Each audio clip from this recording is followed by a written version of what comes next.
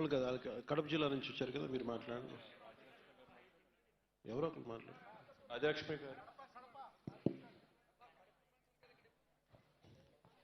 గౌరవ ఉప ముఖ్యమంత్రి గారికి, అలాగే మా కమిషనర్ సార్కి, అలాగే అందరికీ కూడా, వేదిక మీద ఉన్న అందరికీ కూడా నా నమస్కారాలు. నేను వైఎస్ఆర్ కడప జిల్లాలో డిపిఓ పోస్టులో కూర్చున్నానంటే తమరు ఇచ్చిన ఆర్డరే సార్. 2018లో నాకు ఎడ్హాక్ ప్రమోషన్ డిపిఓగా ఇచ్చారు. శ్రీకాళహస్తి ఈటీసీలో చేయడం జరిగింది. తర్వాత రెగ్యులర్ డిపిఓ ఇచ్చి కూడా ఏపీ ఎస్ఐఆర్డీలో కూర్చోబెట్టారు. అయ్యో డిపిఓనే నాకు డిపిఓ కుర్చీ ఇవ్వలేదే అనుకున్నా. అప్పుడు ఆ కుర్చీలకి కొంత రేటు ఉండేది సార్. ఆ రకంగానే జరిగేది. తమరి దయ వల్ల నా కుర్చీ ఇచ్చినందుకు తమరికి మనస్ఫూర్తిగా కృతజ్ఞతలు తెలియజేస్తున్నాను. అదేవిధంగా ఇచ్చినప్పుడు కాకపోతే చాలా సంఘర్షణకు లోనయ్యాను. ఎందుకంటే కడప అంటే బాంబులు వేస్తారు, లేకుంటే కడప అంటే చాలా యుద్ధం చేయాలి, నువ్వు పోయి జాయిన్ అవ్వద్దనే చెప్పారు అందరూ. కానీ నాకు ఏదైతే నా ముందుకు వచ్చిందే అది నేను అనుభవించి తీరాలి అనే సంకల్పంతో ఉన్న, కష్టాన్నైనా సరే అలాగా అనుభవిద్దామని కడప వెళ్ళాను సార్. ఏదైతే నాకు కమిషనర్ గారు ఎప్పటికప్పుడు ఏ ఆదేశాలు ఇచ్చారో అవన్నీ కూడా చిత్తశుద్ధితో చేశాను సార్. తమరు ఈ రీసెంట్గా 175 మందికి ఆల్ క్యాడర్స్లో కడపలో ఇచ్చారు సార్. వాళ్ళందరికీ అప్రాప్రియేట్ ప్లేసెస్ అలాట్ చేశాను సార్. ఇంకా ఇందాక నుంచి క్లాప్ మిత్ర శాలరీస్ గురించి రకరకాలుగా చెప్తున్నారు. వాస్తవం ఏంటంటే నేను కూడా గ్రామ స్థాయిలో డోర్ టు డోర్ కలెక్షన్కి పోయినప్పుడు పబ్లిక్ చెప్తున్నారు సార్. ఎందుకు ఇలా చెప్తున్నారు అనేది నాకు అంత ఆ టైంలో నేను ఫీల్డ్లో లేను. వీళ్ళకి స్వచ్ఛ భారత్ నుంచి జీతాలు పడేవి గతంలో 2-4 ఏళ్ల క్రితం. అప్పుడైతే కనుక రెగ్యులర్గా చేశారు, బాగుంది. ఇప్పుడు ఆ సర్పంచ్ ఇస్తాడు, ఈ సర్పంచ్ ఇవ్వడు. అంటే చాలా గ్రామ స్థాయిలో సర్పంచ్ యొక్క బాధ్యత అనేది అతను మర్చిపోతాడు సార్. అతనికి పదవి రాగానే, పదవికి రాకముందు, పదవి వచ్చినాక అతను చెయ్యవలసిందే ప్రాథమికం. ఊరు శుభ్రంగా ఉంచడం అనేది ప్రాథమికం. అది అతనికి ఎరుకలో ఉండదు. మనం ఎంత చెప్పి మాట్లాడినా సరే దాన్ని విస్మరించడం అనేది చేస్తారు. అట్లాగే ఇంకొక సబ్మిషన్ సార్. నా వాళ్ళు వేరే వాళ్ళు, ఈ వర్కర్ అనేవాడు నా వాడు కాదు, ఈడొద్దు, ఇంకోటి పెట్టమంటారు, ఇంకోటి సరిగా చేయరు. పెద్ద వయసు వాళ్ళు వస్తారు, యంగ్స్టర్స్ రారు. ఏదైతే క్లాప్ మిత్ర పని వర్క్ చేయడానికి ఓల్డ్ పీపుల్ వస్తారు మనం ఇచ్చే 6000 జీతానికి. కాబట్టి యువకులు రావాలి అంటే వారికి ఏ విధంగా అయినా సరే నేరుగా శాలరీస్ పడితే కనుక అత్యుత్తమంగా మన ప్రభుత్వం ఏదైతే ఆశించారో. ఇంకొక మాట సార్, ఇంకొక సబ్మిషన్ సార్. ఏదైతే మనం స్వమిత్వ ఒక మంచి ఉద్దేశంతో చేస్తున్నామో దానికి మాకు గ్రౌండ్ లెవెల్లో పొలిటికల్గా కూడా చాలా ఇబ్బందులు ఉంటాయి సార్.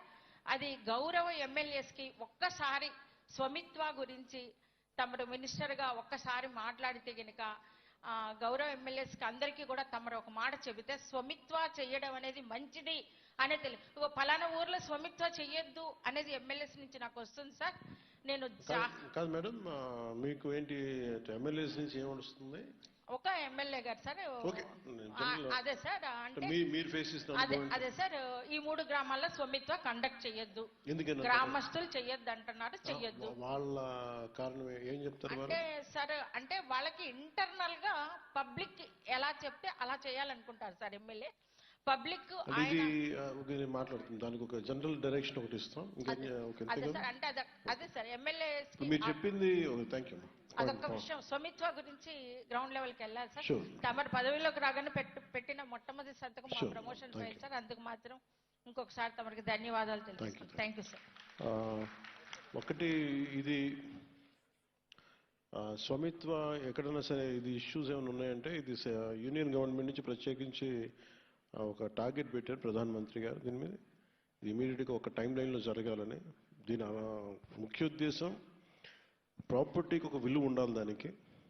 దానికి రేపొద్దున తనఖా పెట్టుకోవాలన్నా లేదంటే దాని మీద అవసరాలకి ఏదైనా బ్యాంకులో మార్గేజ్ చేయాలి, ఇవన్నీ అవసరం. అందుకని దానికి ఆయన చాలా నిబద్ధతతోటి ఒక టైం లైన్ తోటి చెప్పారు. అందువల్ల దాన్ని ఎవరు వ్యతిరేకించే పరిస్థితులు ఎవరు ఎనీ ఎమ్మెల్యే అసలు ఎవరు కూడా దానికి ఇది చేయకూడదు అనే అధికారం ఏ ఎమ్మెల్యేకి కూడా లేదు. అలాంటి ఏదైనా పరిస్థితులు ఉంటే వీళ్ళు హ్యాండిల్ ఇట్. అది సమస్య కాదు.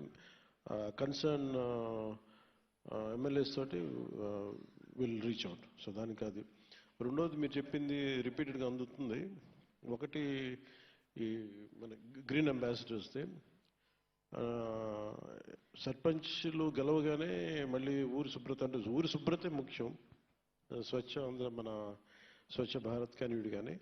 సో ఈ మీటింగ్ నుంచి ప్రత్యేకించి మేము తీసుకునేది ఏంటంటే మీరందరి దగ్గర నుంచి ఎవరికైతే ఈ గ్రీన్ అంబాసిడర్స్ ఉన్నారో అసలు సర్పంచ్ సంబంధం లేకుండా డైరెక్ట్ జీతాలు ఎలా ఇవ్వాలనేది ఖచ్చితంగా బలమైన నిర్ణయం తీసుకుంటాం. ఎందుకంటే అది ఇంకా ఒకరి దయాదాక్షిణ్యాల మీద ఆధారపడకూడదు, వారి విమ్స్ అండ్ ఫ్యాన్సీస్ మీద ఆధారపడకూడదు. అందుకే ఖచ్చితంగా విల్ కన్సిడర్ దీన్ని చేస్తాం. Thank you.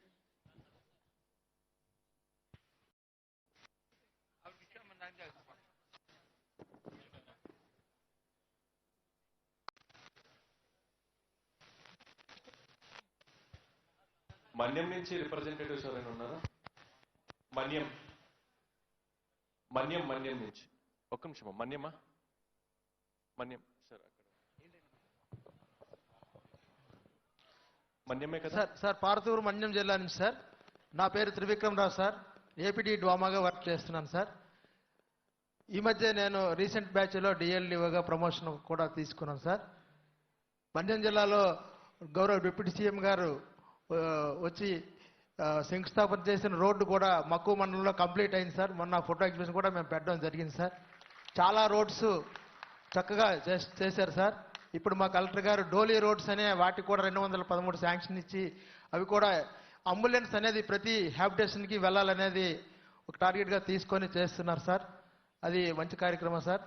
అలాగే మా డిఎల్డీఓ ఆఫీస్ కూడా మొన్న నర్సీపురం పంచాయతీ సచివాలయంలో ఓపెన్ చేసుకోవడం జరిగింది సార్.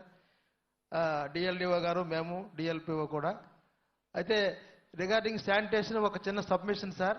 అప్పుడు గవర్నమెంట్లో ప్లాస్టిక్ షెడ్డర్స్ కానీ అలాగే ఇన్సినరేటర్స్ కానీ ఇవన్నీ ఇచ్చున్నారు సార్. అవి టెక్నికల్ నోహౌ తెలియక అవన్నీ కూడా మూలపడి ఉన్నాయి. ఇప్పుడు మనం ప్లాస్టిక్ అగ్రిగేషన్ బదులుగా ముందు ప్లాస్టిక్ని షెడ్ చేయడానికి వీలున్నంత వరకు ఒక మెకానిజం తీసుకుంటే మండల లెవెల్లో ప్రతి ఒక హెడ్ క్వార్టర్లో ఒక ప్లాస్టిక్ షెడ్డర్ అనేది ఉంది సార్.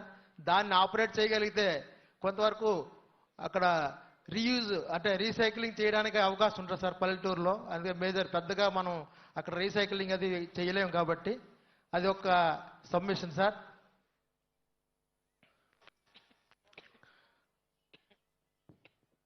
అలాగే పంచాయతీ సెక్రటరీస్ చాలా వరకు సచివాలయంతో ఇబ్బంది అనేది కాకుండా సచివాలయం నుంచి ఈ మధ్య మనకు ఒక సర్క్యులర్ జీవో ఇచ్చారు సార్. ఎనీ సర్వే అనేది as per government GSWS department base చేసుకొని చేయాలని చెప్పేసి అది కొంచెం కలెక్టర్స్కి దాని మీద ఎక్కువగా ఇన్స్ట్రక్షన్ ఇచ్చినట్టయితే వాళ్ళు కూడా పార్టిసిపేట్ చేస్తారు అవుట్ ఆఫ్ ది రొటీన్ డ్యూటీలో. అది కూడా చేయడానికి వీలవుతుంది సార్. నిజంగా పీడీఓ వ్యవస్థ అనేది పంచాయతీని నిజంగా బలోపేతం చేస్తుందన్న ప్రగాఢమైన నమ్మకం సార్. తప్పకుండా మేమందరం కూడా ఈ డీడీఓ క్యాడర్ నేను 32 ఏళ్ళకి నాకు ఇదే మొదటి ప్రమోషన్ సార్. కాబట్టి తప్పనిసరిగా అందరికీ ధన్యవాదాలు తెలియజేస్తూ మీ స్ఫూర్తితో చక్కగా పంచాయతీరాజ్ వ్యవస్థను ఇంకా డిప్యూటీ సీఎం గారి స్ఫూర్తితో కంప్లీట్ చేస్తామని చెప్పేసి. ఉద్యోగులు ఎన్ని సంవత్సరాలు వచ్చి? నేను 32 ఏళ్ళు చేశాను సార్. 93లో వీడియోగా జాయిన్ అయ్యాను సార్. 18 ఏళ్ళు ప్రమోషన్ లేదు. 2012లో మళ్ళీ గ్రూప్ 1 రాసి ఎండిఓ అయ్యాను సార్. నేను తెలంగాణలో చేసిన